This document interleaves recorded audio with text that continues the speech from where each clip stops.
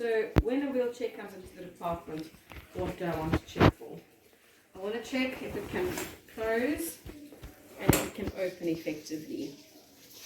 I want to check the backrest, making sure it has not been torn at any of the screws.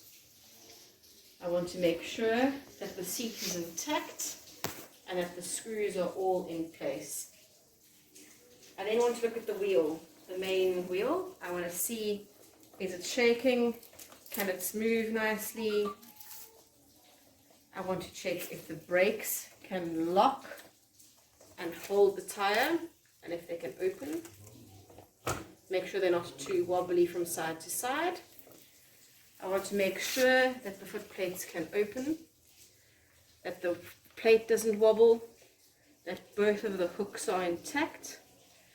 I want to then check the caster. For this I normally put the wheelchair on its back. I want to check that this does not wobble here, the fork piece. And I want to make sure that the actual wheel does not wobble. I want to check that it spins well. And I want to check that it can move easily around. Also, I want to make sure that the frame is intact and that there are no broken pieces.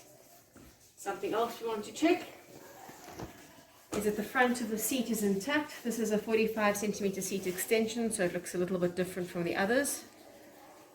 But we want to make sure this plastic piece is intact. We want to make sure that the seat rail guides are whole and they're not broken at the back.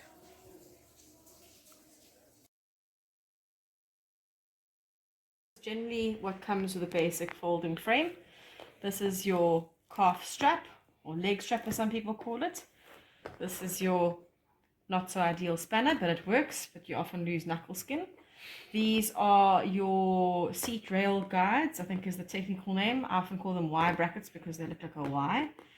These are your 3 different size bearings. Bearings have a moving part in the middle to allow for an axis to rotate. So these are for your big wheels, the top and bottom of your caster, and for your actual caster wheel. So these are the things that are generally coming in the repair kit, but these are things that I add to my wheelchair kit that I normally use. These are, what are these things called? Hacksaw blades to cut foam. Then we have 3 different size spanners. We've got an 8, a 10 and a 13. We then have a pair of scissors. I find a surgical blade really useful for cutting foam at times, also to help cut backrest when you need to, and any other little odds and ends. These are Allen keys. These aren't the only 2 sizes, so a set of Allen keys is useful. Obviously a tape measure for measuring and for cutting foam, etc. Then a shifting spanner is useful. In fact, if you have 2, it's even better. A ruler for drawing lines, a flat and a star screwdriver. I abuse my flat screwdriver, so it's looking a little bit worse for wear.